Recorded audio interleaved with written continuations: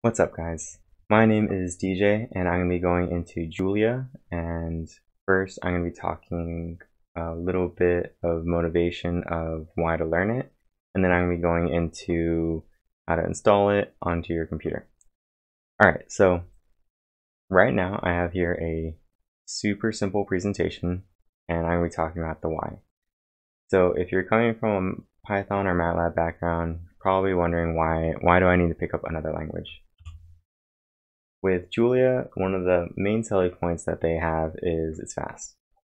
I'm going to be showing some benchmarks in the next couple moments, but it's shown to compete with Fortran and C++, and it benchmarks pretty well with them. And another mark is it's easy.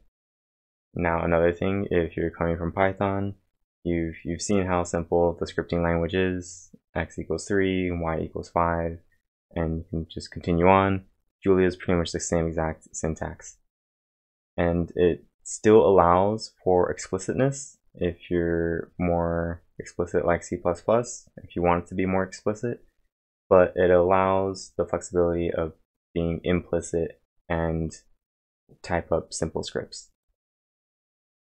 Okay, another thing is, what is Julia designed for, or who is it designed for? And this is kind of me looking at the repositories Julia has and some of the big ones that they talk about. But right now, it seems to be mainly pointed at the scientific community. It has a lot of packages for numerical analysis and data science. It has lots of plotting packages for visualization.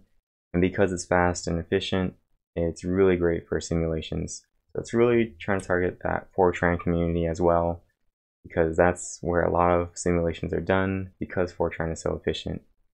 But now that Julia is matching it, but also has the laxness of code, it's been starting to take that field of interest as well. Alright, so now I'm going to go into how to install it and some of the step-by-steps for putting it on your computer. Exit out of that. First, I'm actually going to talk about the benchmarks. Alright, so here I have a couple benchmarks and they're shown on a couple different websites and you can look at them at your own pace. I just wanted to show real quick, this is Julia and they show benchmarks for a couple tests in a couple areas, and then they show other languages being compared to it.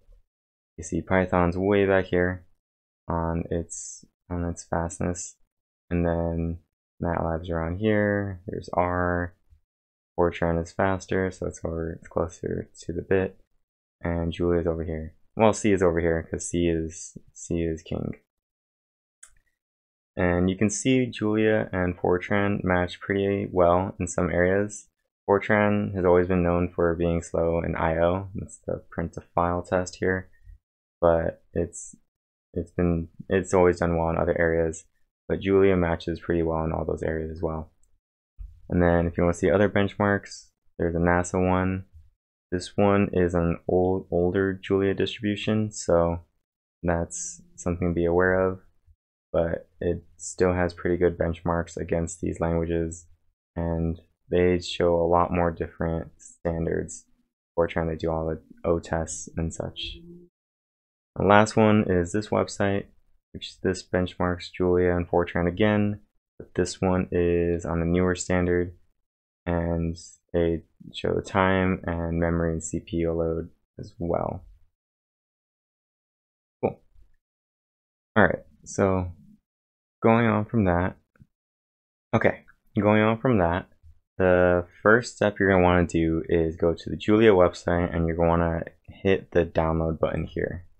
Now, this is going to lead you to this other web page, and then in here you're going to want to click the main installer that works for your machine. Mine is a Windows, so I would use this one, and it's going to start up the download. You're going to run the exe, and once that wizard is done, you will have Julia on your machine.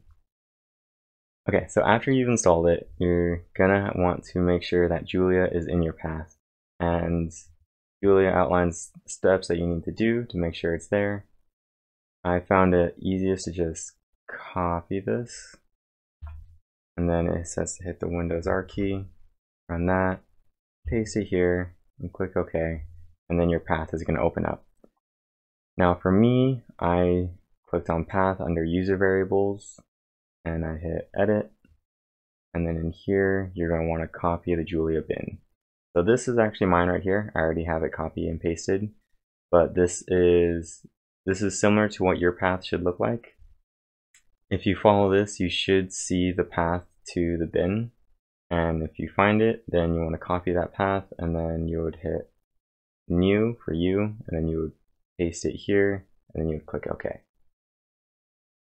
And after that, you click OK again, and then you're done. The final step, which it doesn't state here, but sometimes you need to do it for your machine, is to restart your computer. Right here it says you just click OK and you run the terminal.